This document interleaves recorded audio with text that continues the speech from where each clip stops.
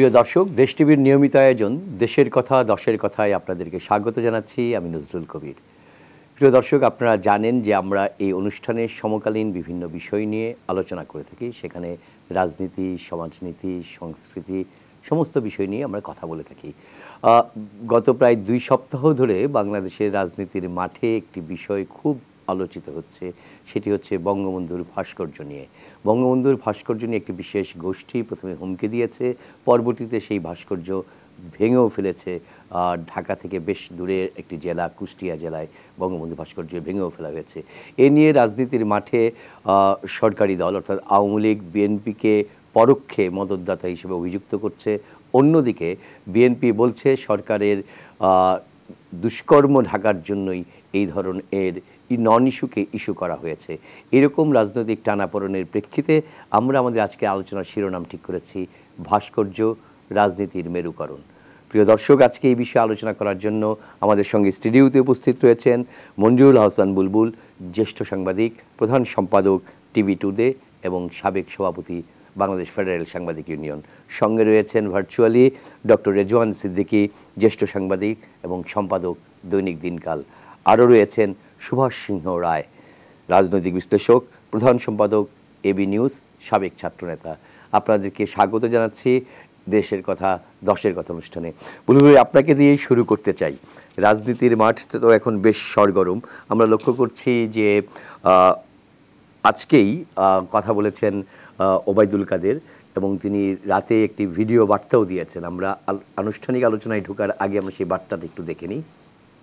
এই ঘটনায় ছাত্রদের যে 2 জন অ্যারেস্ট হয়েছে, অর্থাৎ ভিডিও ফুটেজে যাদের দেখা গেছে তাদেরকে 5 দিন আর শিক্ষক 2 জনকে 4 দিনের রিমান্ড মঞ্জুর করেছেন কোর্ট।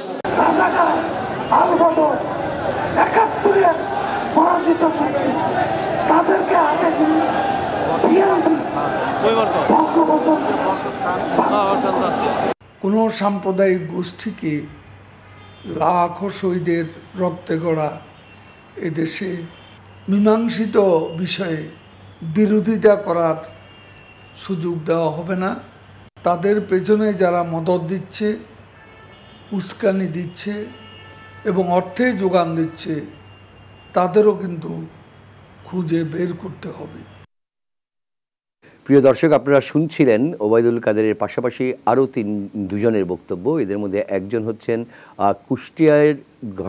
কুষ্টিয়ায় বঙ্গবন্ধু ভাস্কর্য ভাঙার ঘটনায় যে 2 জন গ্রেপ্তার হয়েছে তাদেরকে রিমান্ডে নেওয়া হয়েছে, তাদেরকে প্রাথমিক জিজ্ঞাসাবাদও করেছে পুলিশ ইতিমধ্যে। সেই বিষয়ে আইনজীবী কথা বলছিলেন। এছাড়া প্রতিদিনই এখন বিভিন্ন শ্রেণী পেশার মানুষ প্রতিবাদ করছেন। সেখানে শ্রমিক লীগের অনুষ্ঠান থেকে প্রতিবাদের ব্যাপারে শ্রমিক নেতা সিরাজ শেখ কথা বলছিলেন। বুলবুল ভাই, যেটা বলছিলাম যে ওবায়দুল কাদের যে কথাটি আজকে বললেন, ঠিক এতটা স্পষ্ট করে কথা বলতে গত 1 সপ্তাহ অন্তত দেখা যায়নি। যে সেই জায়গাতে সরকার কি রাজনীতির নতুন মেরুকরণের মধ্য দিয়ে নতুন হার্ড লেনে যাওয়ার চেষ্টা করছে কিনা? দেখেন, ওবায়দুল কাদের সাহেব কেন আগে একটু ধীরলয়ে কথা বলেছেন, এখন কেন জোরে কথা বলছেন, এটা তার ব্যাখ্যা। আমি যেটি বুঝি যে বাংলাদেশ নামক যে দেশটি, সেই দেশটির প্রতিষ্ঠাতা প্রতিষ্ঠার যে মুক্তি সংগ্রাম, সেই মুক্তি সংগ্রামের নেতৃত্বদানকারী দল হিসেবে আওয়ামী লীগের এই রাজনীতিতে কোনো মেরুকরণে যাওয়ার সুযোগ নাই। কারণ তার অবস্থানটি খুব স্পষ্ট। তারা যদি অবস্থান পাল্টায় সেটা ভিন্ন কথা, কিন্তু আমরা যে আওয়ামী লীগকে জানি, সেই আওয়ামী লীগ যে প্রতিশ্রুতি দিয়ে, যে ঘোষণাপত্র দিয়ে, যে সংবিধান দিয়ে বাংলাদেশটি প্রতিষ্ঠিত করেছে, তার সঙ্গে এই মেরুকরণের কোনো সম্ভাবনা এখানে তাদের অবস্থানটি স্পষ্ট। নানা কারণে অস্পষ্ট হয়েছে, সেটা আমি এখানে আলোচনা করি না। সেটা আলোচনা করতে গেলে ভিন্ন আলোচনার দিকে যাবে। খেলাফত মজলিসের সঙ্গে চুক্তি, হেফাজতের সঙ্গে নানা ধরনের কেউ বলেন সমঝোতা, সেগুলো নিয়ে ভিন্ন আলোচনায় যাবে। কিন্তু আওয়ামী লীগ যে প্রকৃত আওয়ামী লীগ, সেই প্রকৃত আওয়ামী লীগ যেটি ওবায়দুল কাদের আজকে বলেছেন যে উগ্রবাদী সাম্প্রদায়িক শক্তি, তাদেরকে কোনো মদতদাতা, অর্থদাতা, উস্কানিদাতা সবকে একসঙ্গেই তিনি যেভাবে ব্র্যাকেটবন্দি করেছেন, সেটি আওয়ামী লীগের মূল চরিত্র। আমি 2-3টি প্রশ্নের উত্থাপন করতে চাই যে এই বিষয়টি নিয়ে আমরা বারবার কেন আলোচনা করতে হচ্ছে বা এই সময় আলোচনা করতে হচ্ছে। প্রথম, যে এই আন্দোলনটি কি ভাস্কর্যের বিরুদ্ধে নাকি বঙ্গবন্ধু শেখ মুজিবের বিরুদ্ধে? বাংলাদেশে আরও অনেক জনের ভাস্কর্য আছে, সেই ভাস্কর্যগুলি নিয়ে কোনো কথা বলছেন না কেউ। মামুনুল হক সাহেব যখন বক্তব্য রাখলেন তিনি বঙ্গবন্ধুর ভাস্কর্য নিয়েই কথা বললেন। তিনি এই কথা বললেন না যে অমুক জায়গায় অমুকের ভাস্কর্য আছে, তার কোনো নেতার নাম বা কোনো যাদের নামে ভাস্কর্য আছে সেই কথা বললেন। কাজে এটি কি লক্ষ্যটা কি বঙ্গবন্ধু নাকি ভাস্কর্য? এটি একটি প্রশ্ন, এটি সুরাহা হওয়া দরকার। 2 নম্বর যেটি হচ্ছে 2013 সনে যখন শাপলা চত্বরে হেফাজতের সমাবেশ হলো, সেখানে হেফাজতের যে 13 দফা ছিল সেই 13 দফার মধ্যে এই ভাস্কর্য মুক্তি এই সংক্রান্ত দাবি ছিল 7 নম্বর। তাহলে হঠাৎ দেশের মধ্যে কি হলো যে আল্লামা শফি সাহেব মারা যাওয়ার পরে, বাবুনগরী নেতা হওয়ার পরে 7 নম্বর দাবিকে 1 নম্বর দাবি করা হচ্ছে? তো বাবুনগরী সাহেব একটা হলো যে তিনি তো আল্লামা শফিরই অনুসারী ছিলেন।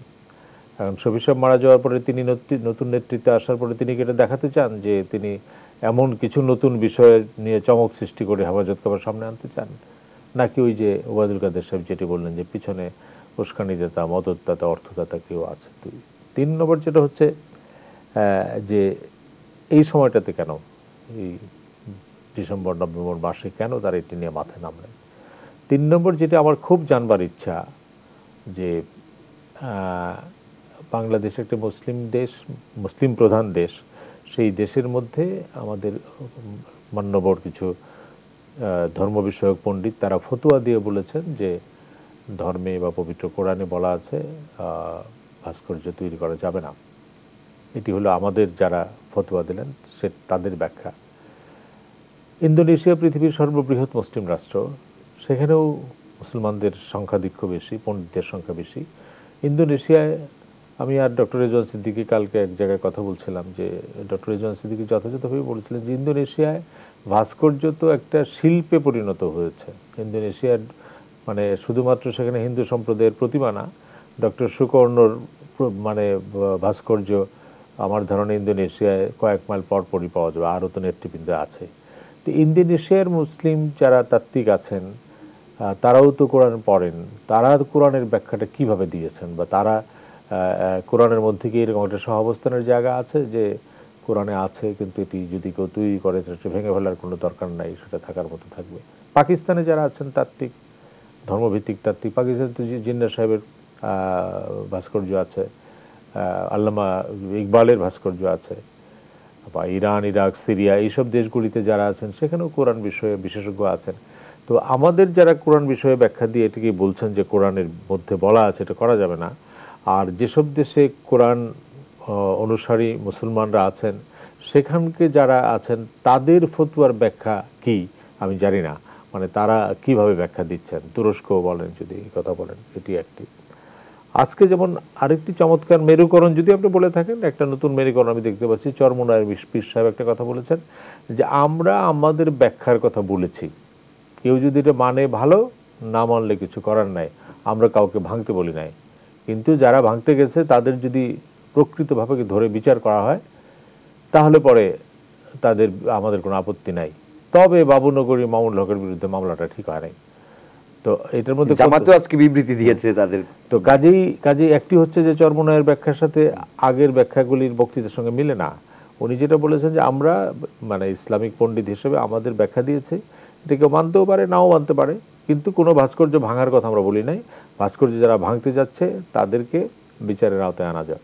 যদি আপনারা আপনাদের ব্যাখ্যা দেন, কেউ মানুক বা না মানুক, সেটি যদি একটা সমাজে গ্রহণযোগ্য হয় সেটা এক ধরনের শান্তিপূর্ণ। যেমন ধরুন মালয়েশিয়া একটা বড়, আমি একটা ছোট উদাহরণ দিয়ে শেষ করি। মালয়েশিয়া একটা বড় মুসলিম প্রধান দেশ, সেখানে কিন্তু উন্মুক্ত পানশালা আছে, বার আছে, এবং সেখানের আইনটি হচ্ছে যে মালয়েশিয়ান কোনো মুসলিম এই বারগুলিতে যেতে পারবে না, কিন্তু বাংলাদেশের কোনো মুসলমান যদি এই বারে যায় তাহলে তাকে কিছু বলা হবে না।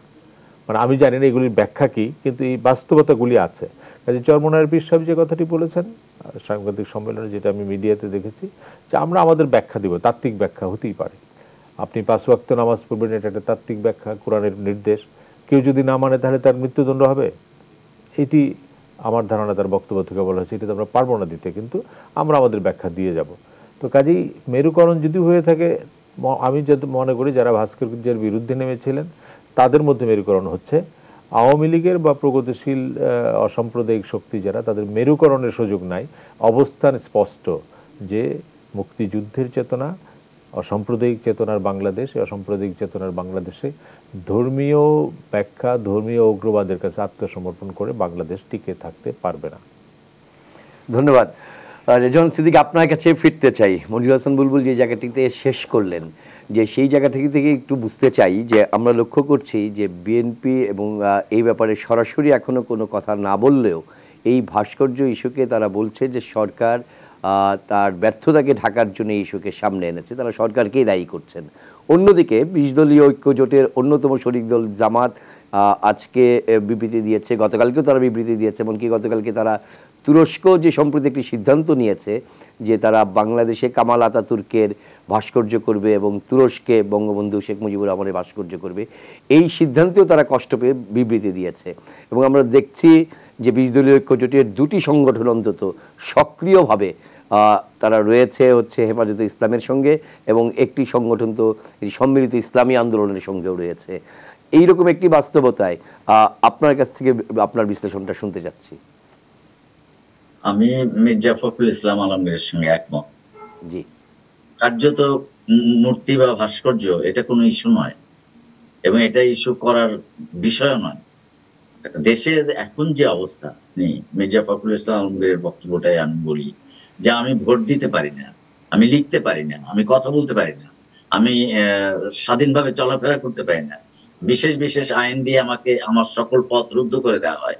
এরকম একটা পরিস্থিতিতে কোথায় মূর্তি উঠছে, কোথায় মূর্তি ভাঙছে, এটা আমাদের কাছে ইস্যু নয়। বরং সরকার তার সমস্ত ব্যর্থতা ঢাকবার জন্য এই ইস্যুটা তৈরি করছে, বা যা এদেরকে মদত দিচ্ছে সরকার, এই যে কথা, এটা বরং আমার কাছে অধিক গ্রহণযোগ্য ব্যাখ্যা বলে মনে হয়।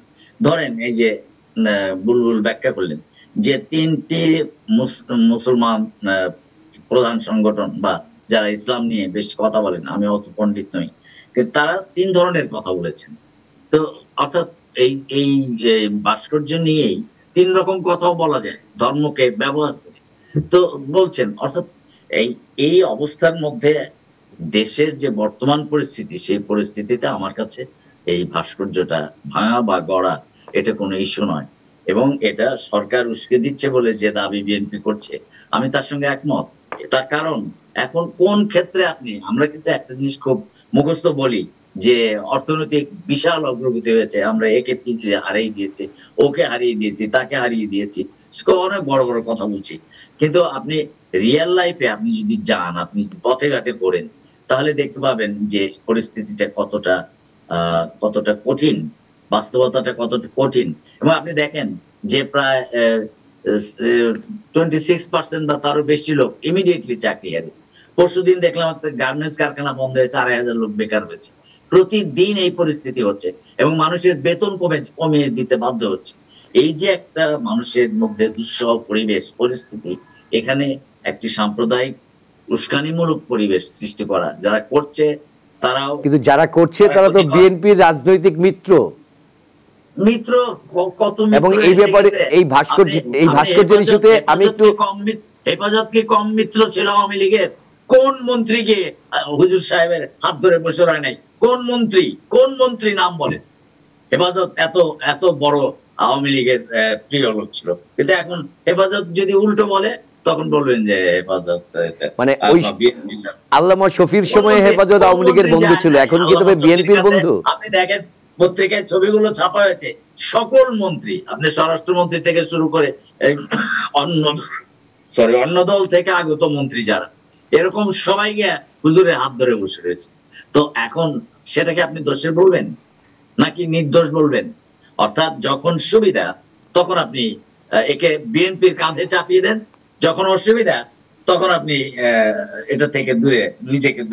তার মানে কি পাবলিক পারসেপশন যেটা ডক্টর রেজওয়ান সিদ্দিক, আমি একটু খোলামেলা জানতে যাচ্ছি আপনার কাছ থেকে, সেটি হচ্ছে যে তাহলে কি এখন আগে ছিল আল্লামা শফির নেতৃত্বের হেফাজতে ইসলাম আওয়ামীর সাথে খুব মিত্রতা ছিল, আর এখন বাবুনগরীর সঙ্গে যে হেফাজতে নেতৃত্বে যেই হেফাজতে ইসলাম সেটা বিএনপির মিত্র? একই জিনিস। আপনি প্রশ্নটাই আপনি কন্ট্রাডিক্টরি।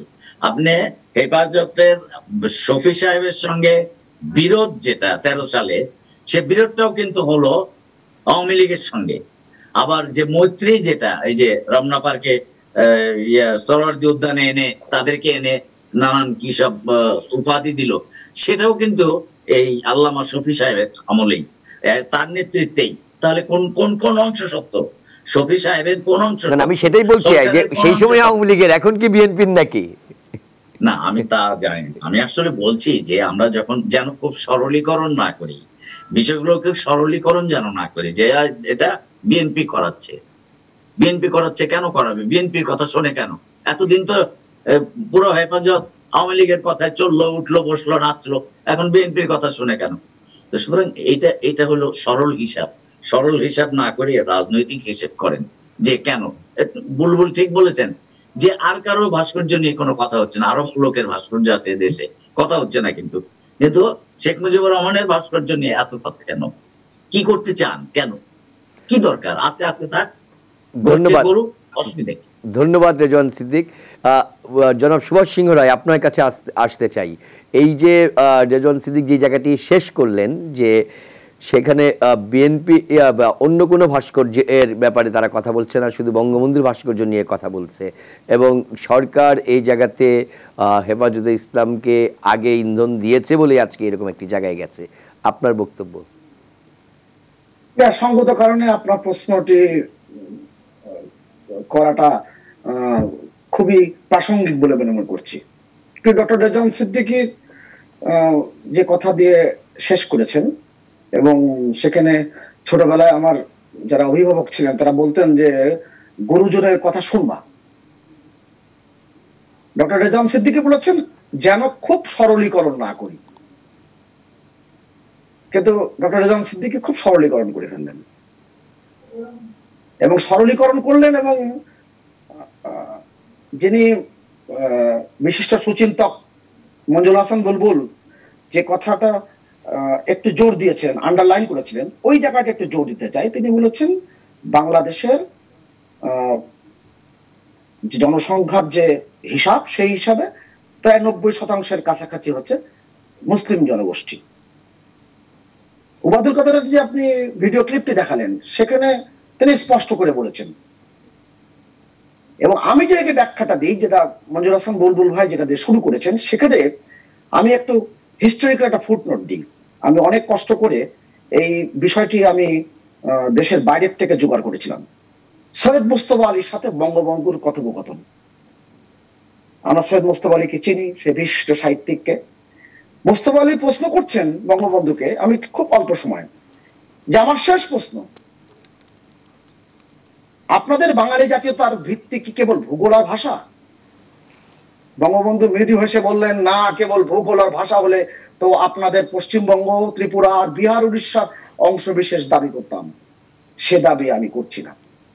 আমাদের বাঙালি জাতীয়তার ভিত্তি হচ্ছে আমাদের সকল ধর্মের, সকল বর্ণের মানুষের হাজার বছরের মৃত সভ্যতা ও সংস্কৃতি। তাতে হিন্দু, বৌদ্ধ, উপজাতি সভ্যতা সংস্কৃতির যেমন ছাপ আছে, তেমনি মুসলমানদের সভ্যতা সংস্কৃতির মিশ্রণ রয়েছে।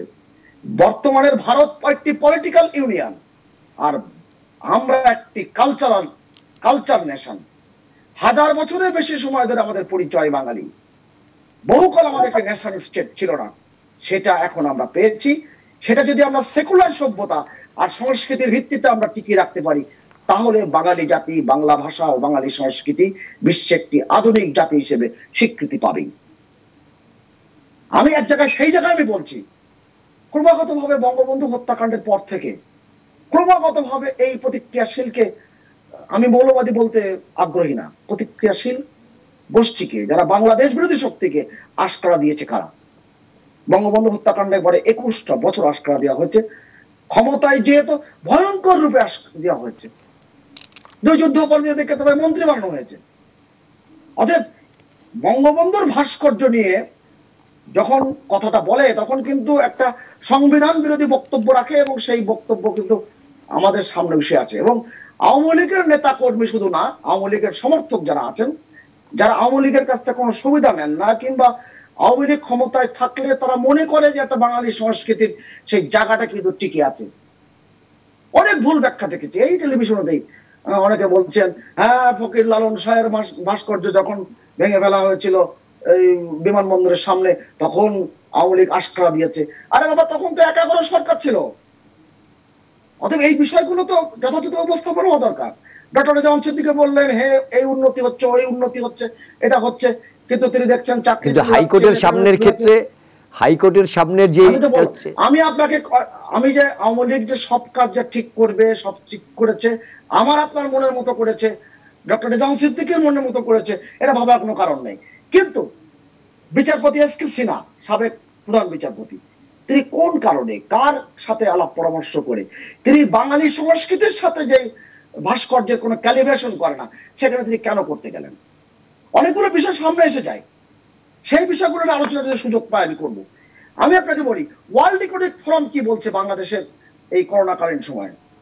আমাদের এশিয়ান ডেভেলপমেন্ট ব্যাংক যখন মার্চ, এপ্রিল, মে মাসে যখন সংখ্যা দেখতেছিল বাংলাদেশের নেগেটিভ গ্রোথ হবে, এখন আবার তারা কি বলছেন, ফোর্বস কি বলছেন, সারা পৃথিবীতে ইউরোপের রাষ্ট্রগুলোতে আপনি করোনাকালীন সময়, এমনকি জেনেভার মতন উন্নত রাষ্ট্রে, সেখানে দীর্ঘ 1 মাইল, 1 কিলোমিটার না, 1 মাইল লম্বা লাইন হয়েছিল, সেই লাইনে বিনামূল্যে খাবার নেওয়ার জন্য। অর্থাৎ এই কথাগুলো সবকিছুই বলা যাবে। মাননীয় প্রধানমন্ত্রী শেখ হাসিনার দূরদর্শী নেতৃত্বে সৃজনশীল দক্ষতা সে জায়গায় এসেছে। সেটাই আজকে সমকালে, গতকাল যে আপনার সৈয়দ আবুল মকসুদ যে কথাটি লিখেছেন, এবং তার কলামটির শিরোনাম হচ্ছে ভাস্কর্য মূর্তি নয়, দেশের ভাবমূর্তি ধ্বংসের অপচেষ্টা হচ্ছে। এই ভাবমূর্তির ধ্বংসের অপচেষ্টার কথা আজকে জিয়াউর রহমান সাহেবের যে ভাস্কর্যটি 29 মিন্টু রোড, আপনারা নিশ্চয়ই জানেন, আমরা সবাই জানি, বিরোধী দল নেত্রী বাসভবন, যেখানে বেগম খালেদা জিয়া এক রাতও থাকেননি, কারণ তিনি ওই একটা নির্দিষ্ট জায়গার বাইরে থাকতে স্বাচ্ছন্দ্য বোধ করতেন না, কারণ তার স্বামী তিনিও সবসময় রাত্রেবেলা কার্ফু দিয়ে দেশ চালিয়েছেন। অর্থাৎ সে আলোচনা করছি না। সেখানে যে ভাস্কর্যটা স্থাপন হয়েছিল, তখন তো কেউ প্রশ্ন করেননি, এখনো তো সে প্রশ্ন করছেন না সে ভাস্কর্যটা কোথায়। বিএনপি পার্টি অফিসের ভিতরে, যখন বেগম খালেদা জিয়া মাত্র তার নিজের স্বামীর যেখানে মৃত্যুবরণ করেছেন দুঃখজনকভাবে, সেই ভাস্কর্যটি সরিয়ে ফেললো কারা? হ্যাঁ, সেই ভাস্কর্যটি সরিয়ে ফেলতে পারেনি। সেই ভাস্কর্য সেটা বিএনপিকে জিজ্ঞেস করুন, সেটা বিএনপিকে জিজ্ঞেস করতে হবে। অতএব সেই জায়গায় এখন বিএনপি যদি বলতে চায় যে এটা আওয়ামী লীগ নানান ইস্যু তৈরি করছে, খুব দুঃখজনক ঘটনা। আর আওয়ামী লীগের সমর্থকরা তারা মনে করছে যে এইবার আওয়ামী লীগের নেতা কর্মী সহ বাংলাদেশের নাগরিকরা দেখতে চায় যে আওয়ামী লীগ তার এই ইস্যুতে অবস্থানটা কি নেয়, কেননা এটা খুব একটা মৌলিক বিষয়। এখানে সাথে তার ভবিষ্যতের সম্পর্ক যুক্ত, তার উত্তরসূরিদের টিকে থাকার প্রশ্ন, অনেকগুলো বিষয় কিন্তু যুক্ত হয়ে আছে। অতএব ওই যে রবীন্দ্রনাথের ভাষায় লক্ষ্য যখন উপলক্ষ্যকে ছাড়িয়ে যায়, ডক্টর রেজাউল সিদ্দিকী বললেন যে নানান রকম প্রসঙ্গ তৈরি করা হচ্ছে যাতে অন্য ইস্যু ডাইভার্ট হয়ে যায়, এই তো বলার চেষ্টা। সেই বলার চেষ্টার মধ্যে দিয়ে কিন্তু অপচেষ্টার গন্ধ আছে, অপচেষ্টা উপযোগী মারছে, এবং বিএনপির জানলা দিয়ে সবসময় এই উপযোগীটা মারে। আপনি আমাকে বলেন 1400 সাল উদযাপন কমিটি বেগম সুফিয়া কামালের নেতৃত্বে, আপনি তখন তো খুবই সক্রিয়, সেখানে বেগম সুফিয়া কামাল ছিলেন আহ্বায়ক। আজকের আওয়ামী লীগের সাধারণ সম্পাদক, সেতুমন্ত্রী ও সড়ক সেতু মন্ত্রী ওবায়দুল কাদের ছিলেন তিনি সেই কমিটির সদস্য সচিব। তখন বিএনপির যিনি স্বরাষ্ট্রমন্ত্রী ছিলেন আব্দুল মতিন চৌধুরী, তিনি 71 সালের মুক্তিযুদ্ধে তার ভূমিকা কি ছিল, তিনি কি বক্তব্য দিয়েছিলেন? বলেছিলেন যে বাংলাদেশে এই বিজাতীয় সংস্কৃতি পালন করতে দেওয়া হবে না, বলেছিলেন। অতএব আশকারাটা যে বিষয়টি, আশকারার বিষয়টা কি সম্পূর্ণ স্পষ্ট, কারা আশকারা দেয়। 5ই মেতে কারা আহ্বান জানিয়েছিল, নেমে আসুন, এদের পাশে দাঁড়ান, যারা ইলেকট্রিক করাত নিয়ে এসেছিল, যারা সমস্ত রাস্তাঘাট ধ্বংস করে দাও দাও করে আগুন জ্বলিয়েছিল, তখন কিন্তু নাগরিক সমাজ কিন্তু লক্ষ্য করেছে আওয়ামী লীগ সরকার তার দক্ষতা দিয়ে এগুলো কিন্তু মোকাবেলা করেছে। আল জাজিরা মতন টেলিভিশন, খুব দুঃখজনক ঘটনা, ভিত্তিহীন ভাবে সংবাদ পরিবেশন করেছে এবং বলেছে লক্ষ হাজার হাজার শত শত আলেমদের হত্যা করা হয়েছে। এখন এই প্রশ্নগুলো সামনে আসবে, সেই জন্য আওয়ামী লীগের কাছে মানুষের চাওয়াটা খুব বেশি। আওয়ামী লীগ যেন তার এই দক্ষতার জায়গা থেকে, কারণ একটু আগে দেখলাম যে যুগান্তর একটি অনলাইনে রিপোর্ট যে কাশিয়ানী থানা আওয়ামী লীগের ছাত্রলীগের দুই সহসভাপতি আর দুই নেতা তাদেরকে পার্টি থেকে বহিষ্কার করা হয়েছে। কেন? তারা ভাস্কর্য ইস্যুতে ফেসবুকে অন্য ধরনের মন্তব্য দিয়েছে। অর্থাৎ ওই জায়গাটায় কিন্তু আওয়ামী লীগ নিজেকে ঠিক করতে হবে। ধন্যবাদ সুভাষ সিংহ রায়। আমরা আবার ফিরবো, আওয়ামী লীগের সামনে পরীক্ষা, আমরা আবার ফিরবো। আওয়ামী লীগ সেই পরীক্ষায় কতখানি উত্তীর্ণ হয়, মুক্তিযুদ্ধের চেতনার ধারাবাহিকতা কতখানি বজায় রাখতে পারে, সেই বিষয়গুলো নিয়ে আলোচনা শুনবো। প্রিয় দর্শক, আমরা আজকে আলোচনা করছি ভাস্কর্য এবং রাজনীতির মেরুকরণ এই বিষয়ে, এই শিরোনামে। আমাদের সঙ্গে অতিথি হিসেবে রয়েছেন মঞ্জুল হাসান বুলবুল, ডক্টর রেজাওয়ান সিদ্দিকী এবং সুভাষ সিংহ রায়। বুলবুল ভাই, যে জায়গাটা শেষ করলেন সুভাষ সিংহ রায় বিরতির আগে, সেই জায়গা থেকে আপনার কাছে জানতে চাচ্ছি যে আজকে আমরা লক্ষ্য করছি যে ইসলামী আন্দোলনের যে সংবাদ সম্মেলন করেছে, কিংবা হেফাজতে ইসলাম বলছে তারা কাউকে ভাস্কর্য ভাঙার কথা বলেনি, কিন্তু হেফাজতে ইসলাম যখন মামুনুল হকের বক্তব্যের পরে, সম্ভবত সেটি শুক্রবারে ধুলাইপাড়ে তারা সমাবেশ করে বলেছিল, তার পরের দিন শনিবারের সিলেটের মহাসমাবেশে কিন্তু সেখানে হেফাজতে ইসলামের এই মামুনুল হক সহ অনেকেই সেই দিন বলেছিল একটা একটা করে সমস্ত ভাস্কর্য সারা দেশের ভেঙে ফেলা হবে, এবং বলেছে ভাস্কর্য ভাঙা কমিটি করার জন্য আহ্বান জানিয়েছিল। আমরা এই গত কয়েকদিনের যে বক্তব্য আর আজকে থেকে কিন্তু বক্তব্য একটু ভিন্ন মাত্রায় দেখছি। অন্যদিকে যে 14 দল সহ মুক্তিযুদ্ধের পক্ষের যে শক্তির মধ্যে যারা সরকারের বাইরে রয়েছেন, তারা এই ব্যাপারে দীর্ঘদিন যাবৎ কথা বলে আসছিলেন, কিন্তু তখন তারা সরকারকে দায়ী করে আসছিলেন যে বিশেষ করে হেফাজতের পরামর্শে যখন পাঠ্যক্রম বন্ধ করে ফেলা, পাঠ্যক্রম থেকে মানে মুক্ত বুদ্ধির অনেক বিষয় বাদ দেওয়া হলো, সেই সময় তারা কথা বলে আসছিলেন। এখন সামনে বাংলাদেশের রাজনীতিতে যেমনটি সরকারের পক্ষ থেকে বলা হচ্ছে বা আওয়ামী লীগের পক্ষ থেকে বলা হচ্ছে, বিএনপির সঙ্গে জামাত বা বাবুনগরী নেতৃত্বে থাকতে নতুন করে কোনো রকম পোলারাইজেশন হচ্ছে কিনা রাজনীতিতে। আবার আমি আবারও বলি যে এটি এমন কোনো ইস্যু না যার মধ্যে দিয়ে নতুন পোলারাইজেশন করতে হবে। সরকার দল মানে দীর্ঘদিন যাবৎ ক্ষমতা আছে, উন্নয়ন অগ্রযাত্রা তাদের বড় একটা দৃশ্যমান জায়গা, এটি অস্বীকার করার কোনো জোগাড় নেই। আমরা যখন এত সংকটের মধ্যে পদ্মা সেতুর শেষ স্পান বসছে, আমরা খবর দেখি, ঢাকা মেট্রো রেলের অগ্রযাত্রা দেখি, সেটি আমাদেরকে আশান্বিত করে। এবং সরকার পরিচালনার ক্ষেত্রে নানা সমালোচনা, মানে কী বলেন, করোনা নিয়ে সমালোচনা, এর মধ্যে দিয়ে সরকার তার পরিচালনা করছে। বিরোধী দলের মধ্যে সবচেয়ে ভালো হতো যদি একটা বড় বিরোধী দল বিএনপি যদি তার নিজের যোগ্যতা বলে দাঁড়িয়ে একটা শক্তিশালী, নানা সংকটের মধ্যে তারাও আছে, তাদের অনেক মানুষ জেলখানায়, অনেকদেরকে পথে দাঁড়াতে দেওয়া হয় না, তার মধ্যে আছে সেটি মাহমুদুর রহমান বিএনপির জোটের অন্তর্ভুক্ত। মাহমুদুর রহমান মান্না বলেছেন যে বিএনপি নেতৃত্ব দেওয়ার ক্ষমতা হারিয়ে ফেলেছে। তো বিএনপি নেতৃত্ব দেওয়ার ক্ষমতা হারিয়ে ফেললে অন্য দলরা আর মানে তাদের কোনো কর্মসূচি থাকবে না। কিন্তু আমি এটা মনে করি যে একটা বড় বিরোধী দল থাকাই দরকার। কিন্তু সেই ক্ষেত্রে হঠাৎ করে যখন হেফাজতেরা সরকারকে বিব্রতকর অবস্থায় ফেলার জন্য বা দেশে অস্থিতিশীল করার জন্য কোনো একটা ইস্যু নিয়ে মাঠে নামে, মূল বিরোধী দল যখন তার নিজের শক্তি হারিয়ে ফেলে, তখন তারা এটার উপর ভর করতে চায়। আপনি আবারও আপনাকে 2013 সনের সাপ্লায় নিয়ে যায় যে তখনও সরকার ফেলে দেওয়ার নানান চক্রান্ত ছিল, তখন বিএনপি সরাসরি সমর্থন দিয়েছিলেন। সেই সময়কার বিএনপি নেতা কাজী জাফর আহমেদ, একসময়ের বামপন্থী নেতা, টুপি মাথায় দিয়ে হেফাজতের মঞ্চে গিয়ে হাজির হয়েছিলেন। মুক্তিযোদ্ধা বীর উত্তম কাদের সিদ্দিকী, হোসেন মোহাম্মদ এরশাদ, এমনকি আমাদের ডক্টর জাফরুল্লাহ, তারা এই হেফাজতের পানি খাওয়ানোর জন্য মাঠে নেমেছিলেন। কোনো কোনো পত্রিকায় এই কথা লিখেছিল তৃতীয় শক্তির উত্থান। আমি সেই দিনও বলেছিলাম যে বাংলাদেশে মানে তৃতীয় শক্তি বলে যাদেরকে জাগৃত করার চেষ্টা হচ্ছে, বাংলাদেশে তারা তৃতীয় শক্তি থাকবে না। তারা যদি তৃতীয় শক্তি হয় সেদিন বাংলাদেশে থাকবে না, তখন আর বাংলাদেশের তৃতীয় শক্তিটা তারা প্রথম শক্তি হয়ে যাবে। যেটি সুভাষ সিংহ রায় পরিষ্কার করে বললেন যে আওয়ামী লীগকে ওই জায়গাটাতে স্পষ্ট করতে হবে তার মুক্তিযুদ্ধের সহযাত্রী, এবং বিএনপির মধ্যেও তো মুক্তিযোদ্ধারা আছেন। কারণ বাংলাদেশটা তো একটা রাজনৈতিক আন্দোলনের ফসল বটে, কিন্তু একটা তো সাংস্কৃতিক আন্দোলনের মধ্য দিয়ে হয়েছে।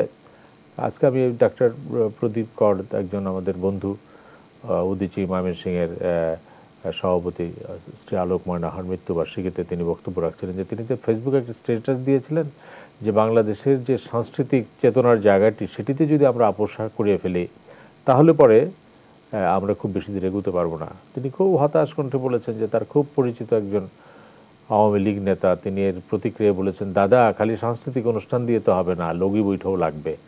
এইটি হলো সংস্কৃতি আর সাংস্কৃতিক অনুষ্ঠানের মধ্যে পার্থক্য বোঝার চেতনাগত অবস্থান একজন আওয়ামী লীগ নেতার। এখন সংস্কৃতি আর সাংস্কৃতিক অনুষ্ঠানের মধ্যে পার্থক্য বুঝে বাংলাদেশের জন্মের যে সংস্কৃতি, বাংলাদেশের মুক্তিযুদ্ধের যে সংস্কৃতি, বাংলাদেশের এগিয়ে যাওয়ার যে সংস্কৃতি, সেই সংস্কৃতিটি হচ্ছে আমাদের রাজনীতিকে বাঁচিয়ে রাখার একটা শক্তি। সেই জন্যেই আমরা যেটি সুভাষ চন্দ্র রায় যথার্থই বললেন যে আওয়ামী লীগের সব কিছুই যে আমরা মানে মেনে নিয়েছি তা না। তারা যখন খেলাফত মজলিসের সঙ্গে চুক্তি করেছেন, নারী নীতির প্রশ্নে মিনমিন স্বরের কথা বলেছেন, আবার হেফাজতের সঙ্গে আপোষ করার চেষ্টা করেছেন, সেটা সমালোচনা করি। কারণ আমরা মূল বাংলাদেশের যে সংস্কৃতি, ৭২ সালের সংবিধানের যে সংস্কৃতি, সেই সংস্কৃতির সঙ্গে গুলি যায় না। কাজে আমি আবারও ওই কথাটি বলি যে আওয়ামী লীগকে সেই জায়গাটাকেই নেতৃত্ব দিতে হবে যে নেতৃত্বের মধ্যে বাংলাদেশকে প্রতিষ্ঠিত করেছেন। আর বিরোধী দলের মধ্যে যারা আছেন তারা বাংলাদেশকে মেনে রাজনীতি করবেন, বাংলাদেশের মুক্তিযুদ্ধকে মেনে রাজনীতি করবেন, রাজনৈতিক মত থাকবে। কিন্তু এটি যদি বাংলাদেশের অস্তিত্ব বিলীন করে দেওয়ার কোনো শক্তির সঙ্গে যদি ওই মেরুকরণটি হয়, তাহলে লড়াইটি আবার নতুন একটি লড়াই হবে। এবং সেই লড়াই করার জন্য বাংলাদেশের নতুন প্রজন্ম খুব প্রস্তুত। শাহবাগ আমাদেরকে বলেছে, আরও অন্য অনেক ইঙ্গিত আছে। সেই লড়াই করার জন্য বাংলাদেশ কিন্তু প্রস্তুত, এবং এটা আমার ধারণা ৭১-এর চাইতেও বেশি প্রস্তুত এখানে আছে।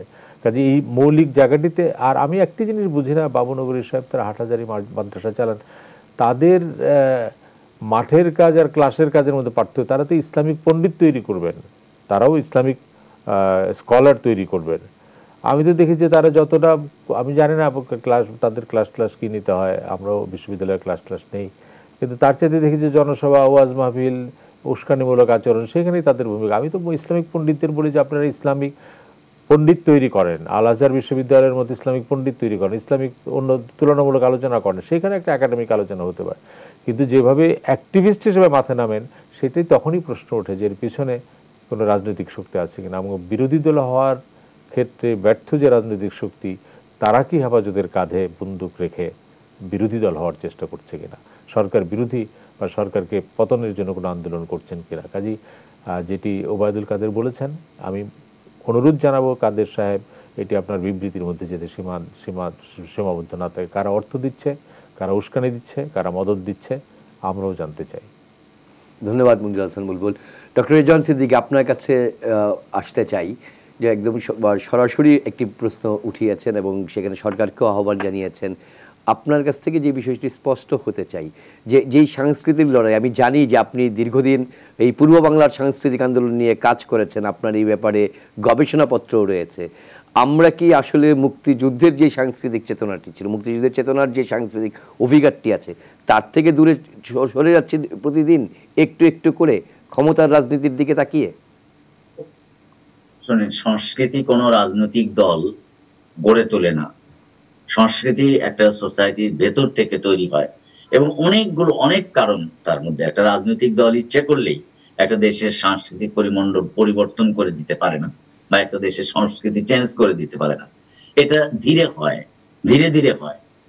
ধরেন বাংলাদেশের যে নিজস্ব সংস্কৃতি, সেটা হয়েছে প্রধানত নদীর কারণ, নদী ভিত্তিক যে জীবন যাপন, তার কারণে। মাছ ধরা থেকে শুরু করে নদী ভাঙন, ঝড়, জলোচ্ছ্বাস, এই সমস্তকে কেন্দ্র করে বাংলাদেশের মানুষ পরস্পরকে সহযোগিতার এক সংস্কৃতি তৈরি করেছে, যেখানে আমার ঘর ভেঙে গেলে আরেকজন তৈরি করে দেয়, এবং তার মধ্যে আশরাফ আতরাফ হিন্দু মুসলমান নাই। সেখানে এক চর ডুবে যায় তো আরেক চরে গিয়ে বসতি করে মানুষ, সেখানেও হিন্দু মুসলমান আশরাফ আতরাফ নাই। এটা হলো সংস্কৃতি। আপনি উপর থেকে যতই বলেন যে নারায়ে তাকবীর, আল্লাহু আকবার বলে হিন্দুরে কোপ দাও, এটা আপনি পারবেন না কোনো মানুষকে দিয়ে সহজে করাতে। এটা হলো যারা এগুলো করার চেষ্টা যখন হয়, তখন কিন্তু সেই চেষ্টা করে রাজনৈতিক উদ্দেশ্য থেকে, কিন্তু মানুষ অ্যাকচুয়ালি এটা করে না। আপনি যতগুলো মুক্তিযুদ্ধের স্টোরি আপনি যদি পড়েন, সব জায়গায় আপনি দেখবেন যে মুসলমানরা হিন্দুদের রক্ষা করেছে যেখানে প্রয়োজন, হিন্দুরা মুসলমানদের রক্ষা করেছে যেখানে প্রয়োজন। এটা কিন্তু এখন থেকে শুরু হয়নি, এবং এটা শুরু হয়েছে আপনার যখন 46-এর দাঙ্গা শুরু হলো কলকাতায়, তখন থেকে কিন্তু শুরু হয়েছে। কেন?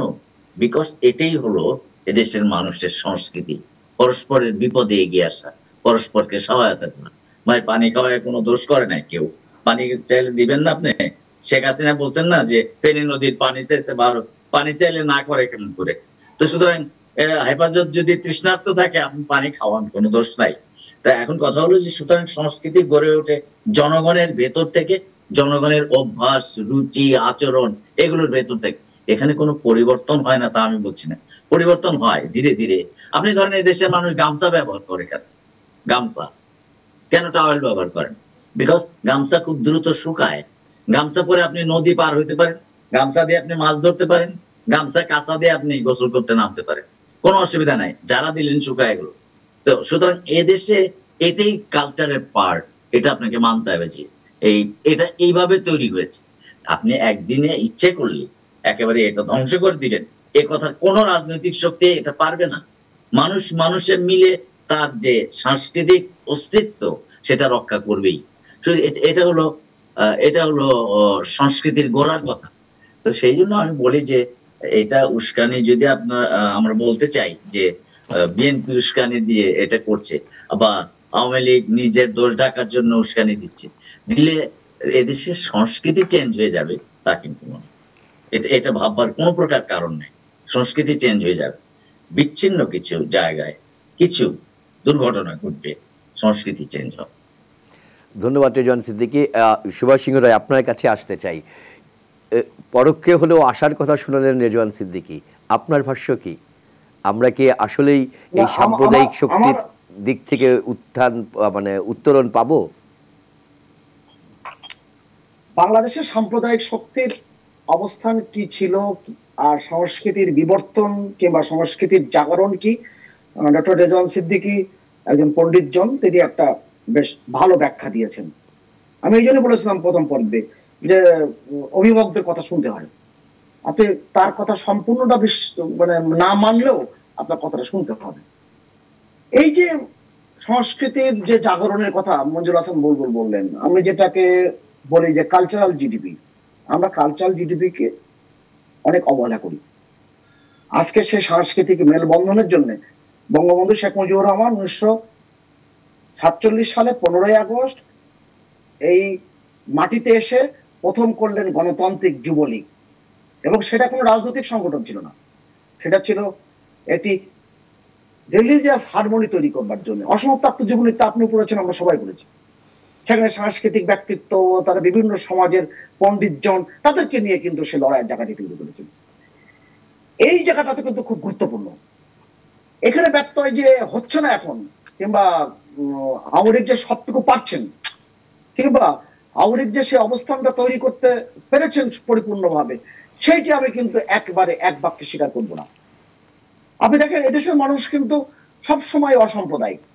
এটা যখন আমরা বলবো, আবার এটাও বলবো, মানুষকে সাম্প্রদায়িকতার দিকে উস্কে দেওয়া, ঠেলে দেওয়া, এইটার একটা মতলব কিন্তু নানান সময় দেখেছি আমরা। গত দুদিন আগে কালের কণ্ঠের অর্থাৎ 5ই ডিসেম্বর একটা রিপোর্ট আমার সামনে আছে, সেখানে একটা শিরোনাম, সম্প্রীত উদাহরণ, মন্দিরে হলো কোরআন তেলাওয়াত। এটি তো বাংলাদেশ। আপনি যখন 2রা ডিসেম্বর আজকে ডক্টর হাসান মাহমুদ তথ্যমন্ত্রী, মাননীয় তথ্যমন্ত্রীর কাছে যখন তুরস্কের রাষ্ট্রদূত এসে বললেন যে তারা বাংলাদেশে যেমন ভাস্কর্য নির্মাণ করবেন যেমন তুরস্কেও করবেন, তা এই বিষয়গুলো তো সংস্কৃতির বিষয়। সংস্কৃতি কিন্তু অনেক বড় একটা বিষয়, অতএব এর সাথে তার আবহমান সংস্কৃতি এবং তার জীবন বোধ সবকিছু যুক্ত। আর বলুন তো, উস্কানি কবে হয়নি? উস্কানি বঙ্গবন্ধু যখন দেশ শাসন করছেন, যখন একেবারে যুদ্ধ বিস্তৃত দেশে তিনি যখন তার একেবারে শূন্য যাত্রা শুরু করেছেন, তখন যার ছবি এখনো পর্যন্ত আওয়ামী লীগ তার ঐতিহ্যের কারণে, তার ইতিহাসের কারণে এখনো পর্যন্ত সমস্ত কাউন্সিলে তার মাথার উপরে রাখা হয় বঙ্গবন্ধুর পাশাপাশি বঙ্গবন্ধু আব্দুল হামিদ খান ভাসানী, বঙ্গনাথ তর্ক বাগিস, সবসময় আওয়ামী লীগ কিন্তু জায়গা থেকে সরে আসেনি। কিন্তু আব্দুল হামিদ খান কি বলছেন, আমি 1973 সালের একটি এপ্রিল মাসের রিপোর্ট আপনার সামনে উত্তর করি, উস্কানিটা কিভাবে শুরু হয়েছে বাংলাদেশ স্বাধীন হওয়ার পর থেকে। তিনি বলছেন, কোট, আমি কঠিন রোগে আক্রান্ত হইয়া অনেকদিন ঢাকার পিজি হাসপাতালে চিকিৎসাধীন ছিলাম। বর্তমানে সন্তোষে ফিরিয়ে আসিয়া জানিতে পারিলাম টাঙ্গাইল জেলার এক শ্রেণী হিন্দুস্তানের দালালরা মুসলমানদের উপর নানাভাবে নির্যাতন চালাইতেছে। কিছু সংখ্যক উগ্রপন্থী হিন্দু আওয়ামী লীগের ইলেকশন জয়লাভ করিবার পর হইতে মুসলমানদের উপর প্রকাশ্য নির্যাতনের স্টিমগুলা নির্বিবাদে চালায়া যাইতেছে। জানিতে পারিলাম তাহার একজন প্রবীণ মুসলমানদের দাড়ি পর্যন্ত টানিয়া তুলিয়াছে। এই যে অনেকগুলো বিষয় আমি তুলে আনতে পারবো, কিন্তু বঙ্গবন্ধু শেখ মুজিব এবং তার কন্যা আজকের প্রধানমন্ত্রী শেখ হাসিনা এই আবহমান সংস্কৃতির ধারাকে লালন করে লোকায়ত সংস্কৃতির যে চিরন্তন ধারা, সেই ধারাকে তিনি সমৃদ্ধ করেছেন। সেখানে আওয়ামী লীগ কতটুকু তার বার্তা পেল, আওয়ামী লীগ কতটুকু সেই মতে চলতে পারলো, ওই কাশিয়ানী ছাত্রলীগের সহসভাপতি তার বোধের মধ্যে কি আওয়ামী লীগের কোন আদর্শের কথা আছে কিনা, কিংবা তার বঙ্গবন্ধুর চেতনার সে বিশ্বাস করে কিনা, কিংবা শেখ হাসিনার যে পথ চলার যে লড়াই ও সংগ্রাম 4 দশকের সেটাকে সে ধারণ করে কিনা, সে সুবিধাবাদী রাজনীতির জায়গা থেকে সেখানে এসেছে কিনা। আমি অনেকগুলো প্রশ্ন। সুভাষ সিংহ রায়, আপনাকে একটু জিজ্ঞেস করি যে এই জায়গাটায় যেই আওয়ামী লীগকে আপনি যে উদাহরণগুলো দিলেন, যে শাশ্বত যে সংস্কৃতি, বাঙালি সংস্কৃতি, তার যেরকম আওয়ামী লীগ ধারক, তার পাশাপাশি তো আমরা দেখেছি যখন সেই ফরিদপুরে বা কুষ্টিয়াতে লালনের আখড়ার পাশে বাউলদের আস্তানা যখন গুড়িয়ে দেওয়া হয়, যখন বাউলদের চুল কেটে দেওয়া হয়, কিংবা আমরা নাসিরনগরে যখন নাকি হিন্দু মন্দির ভেঙে ফেলা হয়, তার বিচার হয় না, ব্লগার হত্যাকাণ্ড হয়, মুক্ত বুদ্ধির চর্চা যারা করেন তাদের বিচার হয় না, তখন কি এই সমস্ত জায়গা থেকে তৃণমূলের আওয়ামী লীগের কর্মীরা অন্যরকম মেসেজ পান না? না, আপনি কিন্তু খুবই যথার্থ এই প্রশ্নটি করেছেন এবং এই প্রশ্নটা খুবই যৌক্তিক এবং আমার কাছে সব উত্তর আছে, আমি সেটা স্বীকার করবো না এবং আমি দাবিও করি না। ওই যে সুকুমার রাশের বিখ্যাত কবিতার লাইন, মাথায় কত প্রশ্ন আসে জিচ্ছা করে জবাব তার, সবাই বলে মিথ্যে বাজে বুকিস নেই আর খবরদার। আমি অনেক প্রশ্নের উত্তর পাই না, কিন্তু আপনাকে কিন্তু ভাবতে হবে যে রাজধর্ম বজ্র সুকঠিন, রাষ্ট্রের অনেকগুলো বিষয় কিন্তু এখানে যুক্ত আছে।